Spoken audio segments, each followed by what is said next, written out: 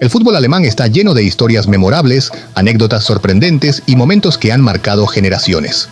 Desde hazañas heroicas en los mundiales hasta curiosidades de sus grandes figuras, este deporte en Alemania es mucho más que goles y títulos.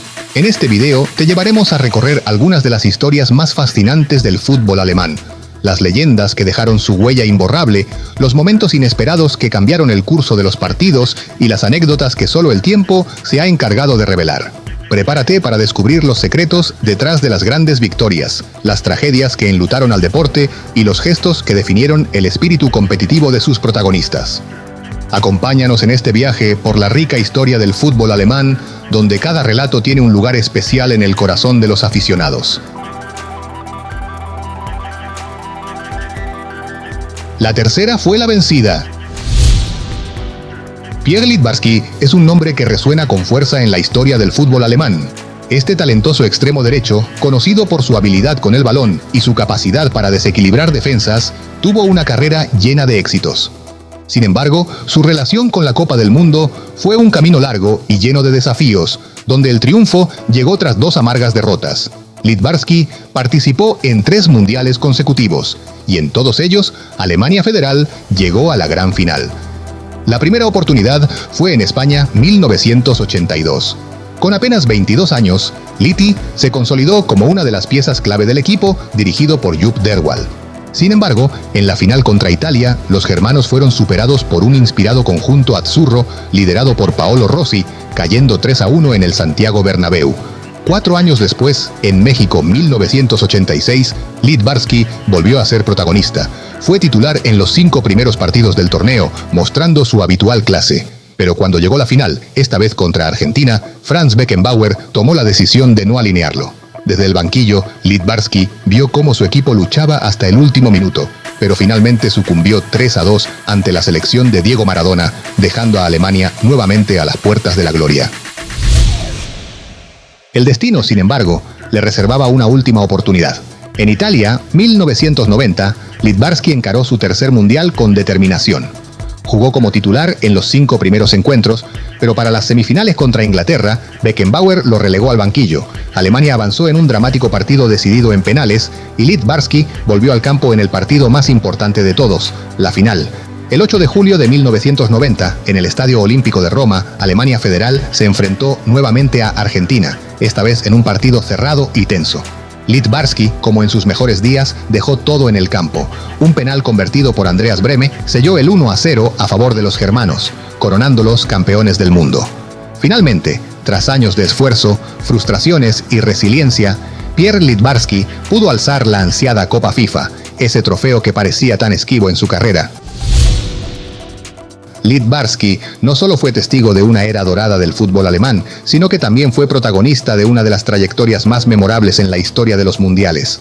Su historia es un recordatorio de que, a veces, la tercera realmente es la vencida. Uwe Seeler. Llegó después, se fue antes. En la primavera de 1972, Uwe Seeler vivió su último partido como futbolista profesional. Enfrentó a un equipo compuesto por las máximas figuras del fútbol europeo, una ocasión especial diseñada para rendir homenaje a su trayectoria. Fiel a su instinto goleador, Uns Uwe, nuestro Uwe, se despidió del deporte como mejor sabía hacerlo, anotando 2 goles que encendieron la ovación del público. Al cumplirse el minuto 90, el árbitro, en un gesto simbólico y único, le mostró una tarjeta roja, marcando su salida definitiva de las canchas. Sin embargo, pese al cálido reconocimiento de los aficionados y la atmósfera festiva, Seeler abandonó el campo con una sensación agridulce. Se retiraba como un ícono, pero con la espina de no haber alcanzado su máximo sueño: levantar la Copa del Mundo. Uwe Seeler es, sin lugar a dudas, una de las grandes instituciones del fútbol alemán. Como delantero, su capacidad goleadora, su entrega y su fidelidad a un solo club, el Hamburgo, lo convirtieron en una figura única en la historia del deporte. Debutó en 1952 con tan solo 16 años y durante 2 décadas defendió con orgullo los colores del equipo de su ciudad natal, anotando más de 400 goles en partidos oficiales. Su influencia trascendió el ámbito local. En 4 Copas del Mundo, 1958, 1962, 1966 y 1970, dejó su huella al marcar goles en cada torneo, un logro al alcance de pocos. En 3 de esas ediciones, Ziller fue el líder que condujo a Alemania Occidental hasta las semifinales, y en una de ellas, la de Inglaterra 1966, llegó hasta la final. Aquella tarde en Wembley quedó grabada en la historia del fútbol. Alemania y el anfitrión disputaron un intenso partido que culminó con la polémica victoria inglesa por 4-2 en tiempo extra. Ziller, que había dado todo en el campo, vio cómo se esfumaba su mejor oportunidad de alzar la Copa Jules Rimet, el trofeo que su ídolo, Fritz Walter, había conquistado 12 años antes en Suiza. El destino no fue generoso con Ziller. Debutó en Suecia 1958, 4 años después del primer título mundial alemán, y jugó su último mundial en México 1970, justo antes de que la selección germana alcanzara la gloria nuevamente en casa en 1974. Durante esos años, fue una pieza clave en los procesos de 2 legendarios entrenadores, Sepp Herberger y Helmut Schön.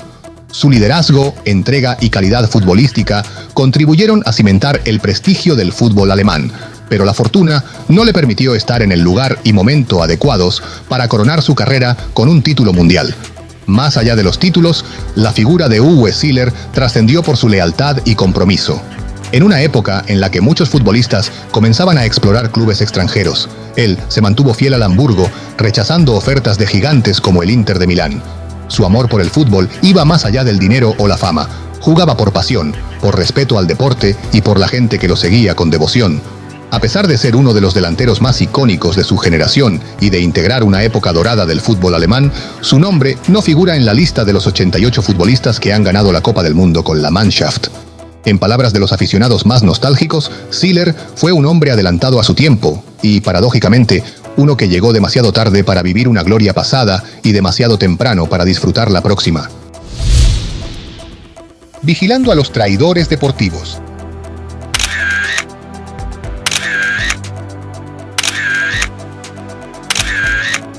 Estrellas fugitivas del fútbol en la mira de la MFS.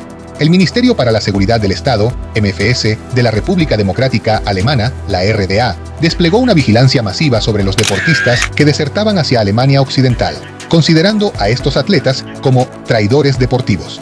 Este fenómeno de deserción, conocido como Republikflucht, afectó particularmente al fútbol, donde muchos jugadores y entrenadores de renombre abandonaron la RDA para jugar en la Bundesliga. Figuras como el prestigioso técnico campeón del mundo en 1974, Helmut Schön, la estrella del Bayern Múnich de los 80s, Norbert Nachtwey, el portero Jürgen Pahl y el mediocampista Lutz Eigendorf del Kaiserslautern fueron objeto de una vigilancia estrecha por parte del MFS, que buscaba no solo información sobre ellos, sino también impedir sus éxitos deportivos en el occidente.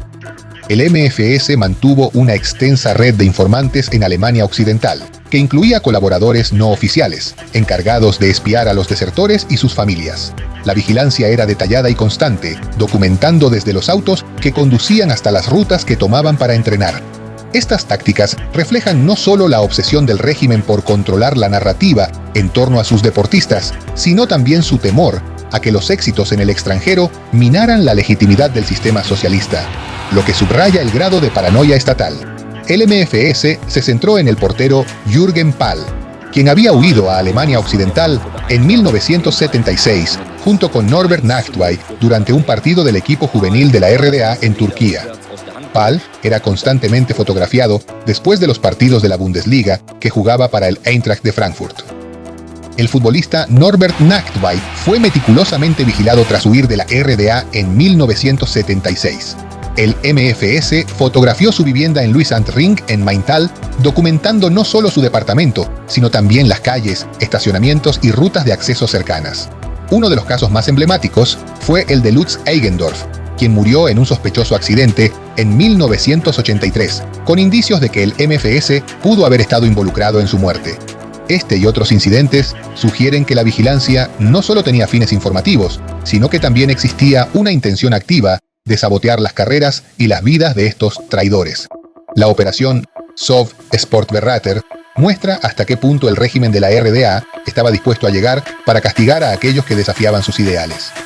Este enfoque represivo revela una contradicción fundamental en la RDA. Mientras se exaltaban los logros deportivos como símbolo de la superioridad socialista, la reacción ante quienes abandonaban el sistema demostraba el miedo a la libre competencia y el éxito individual fuera del control estatal.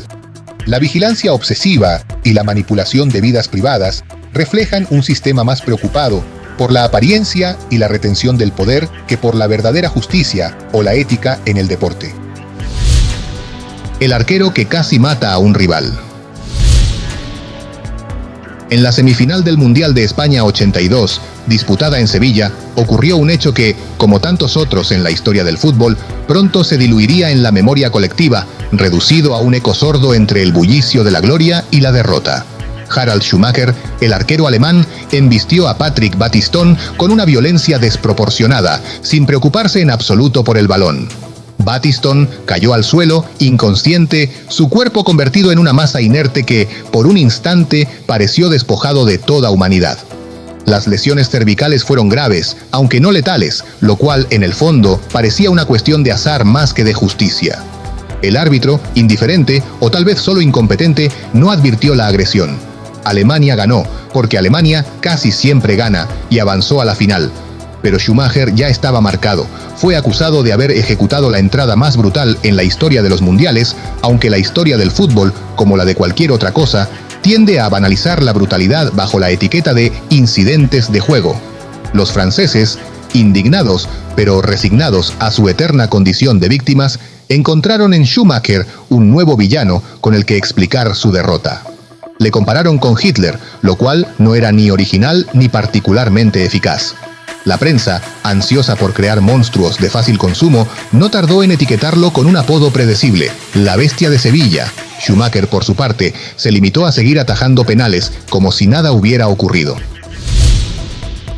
Voy a hacer una pausa breve en este vídeo para solicitar su colaboración y así asegurar la continuidad de este canal con contenido fresco. Aunque trabajo en esto de forma gratuita, implica dedicar tiempo a la búsqueda e investigación, como la misma edición del video. Si están dispuestos a ayudarme, les dejo un enlace a mi cuenta de PayPal para cualquier contribución que deseen realizar, sin importar la cantidad, simplemente como un gesto de apoyo para que pueda seguir creando contenido de calidad. Ahora, retomemos el video. En 1977, bajo la dirección del recordado técnico Nelson Oyarzún, llegaron a Chile 3 futbolistas alemanes para integrarse a Deportes Concepción. Esta inédita contratación extranjera causó sorpresa en el ámbito futbolístico nacional y fue apodada la Operación Alemania, convirtiéndose en un atractivo comercial que generó gran entusiasmo entre los hinchas penquistas. Los jugadores Hans Schellberg, Hans Lamour y Ralf Berger, provenientes de la segunda división alemana y todos mayores de 26 años, aceptaron la invitación de Oyarzún.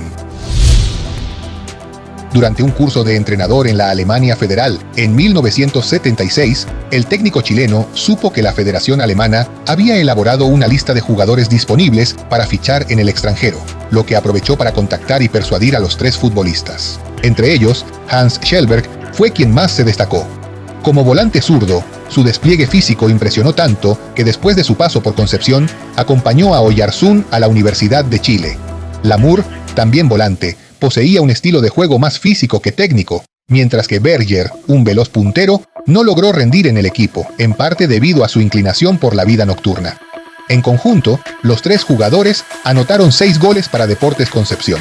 Al finalizar la temporada, Schellberg decidió quedarse un año más en Chile, mientras que Lamour y Berger regresaron a Alemania. La Operación Alemania se recuerda no solo por ser una de las primeras incursiones de jugadores europeos en el fútbol chileno, sino también por el impacto que generó en la hinchada y en el desarrollo del deporte local. Fue un experimento audaz que demostró la visión innovadora de Nelson Oyarzún, un técnico que buscaba siempre elevar el nivel de su equipo y aportar frescura a la Liga Nacional. De soldado nazi a héroe del City. En 1948, el alemán Bernhard Trautmann, ex paracaidista de la Luftwaffe durante la Segunda Guerra Mundial, fue liberado de un campo de prisioneros en Inglaterra. Durante su cautiverio, descubrió su talento como portero mientras jugaba al fútbol. Al ser destinado a trabajar en una granja, empezó a atajar como aficionado en un club local. El Manchester City se interesó en Trautmann y lo fichó en 1949, pese a la oposición inicial de la afición británica por su pasado como soldado nazi. En sus primeros partidos, el portero alemán enfrentó duras críticas y abucheos, tanto de sus propios seguidores como de sus rivales, quienes lo insultaban llamándolo criminal nazi. Sin embargo, Trautmann perseveró. En 1956, el Manchester City alcanzó la final de la FA Cup contra el Birmingham. Durante el partido, Trautmann sufrió un fuerte golpe en el cuello tras chocar con el delantero Peter Murphy. A pesar de la gravedad de la lesión, continuó jugando y fue fundamental en la victoria del City por 3-1. Al recibir el trofeo, el príncipe Felipe de Edimburgo notó su mal estado y le comentó preocupado: «Parece que tienes el cuello algo torcido». Después del partido, se descubrió que Trautmann había jugado con 5 vértebras dislocadas, una de ellas partida en 2. Estuvo a centímetros de una tragedia fatal. Esa heroica actuación consolidó a Trautmann como un ídolo para los hinchas del Manchester City, quienes lo recordaron por su valentía y sacrificio. El ex soldado nazi se transformó en un héroe del fútbol, dejando un legado imborrable de coraje y perseverancia. En 2013, Bernhard Trautmann falleció a los 89 años, siendo recordado como uno de los mejores porteros en la historia del Manchester City. Inicio y final frente a Argentina. El legendario futbolista alemán Franz Beckenbauer también tuvo una destacada carrera como entrenador de la selección germana, logrando el subcampeonato mundial en México 86 y conquistando la Copa del Mundo en Italia 90. Su debut como director técnico del equipo alemán ocurrió en septiembre de 1984, en un amistoso disputado en Düsseldorf ante Argentina, donde cayó 3-1 en una brillante noche para el equipo dirigido por Carlos Salvador Vilardo. Curiosamente, su última actuación al mando de la selección alemana también fue contra la albiceleste. En la final de Italia 90, Beckenbauer obtuvo su ansiada revancha frente a Vilardo, quien lo había superado en la final de México 86. Aquella noche en Roma, Alemania se impuso por 1-0 y alcanzó su tercer título mundial. Beckenbauer se despidió de su cargo como seleccionador nacional, con la satisfacción de haber dejado a Diego Armando Maradona entre lágrimas. Si ha llegado al final de este video, quiero agradecerle sinceramente. Le invito a dejar un like, suscribirse al canal y, si lo desea, dejar un comentario. Sus interacciones son el motor que impulsa la creación de nuevos videos. Arriba le dejo un video con un pequeño resumen del fútbol chileno en 1983. Nos vemos.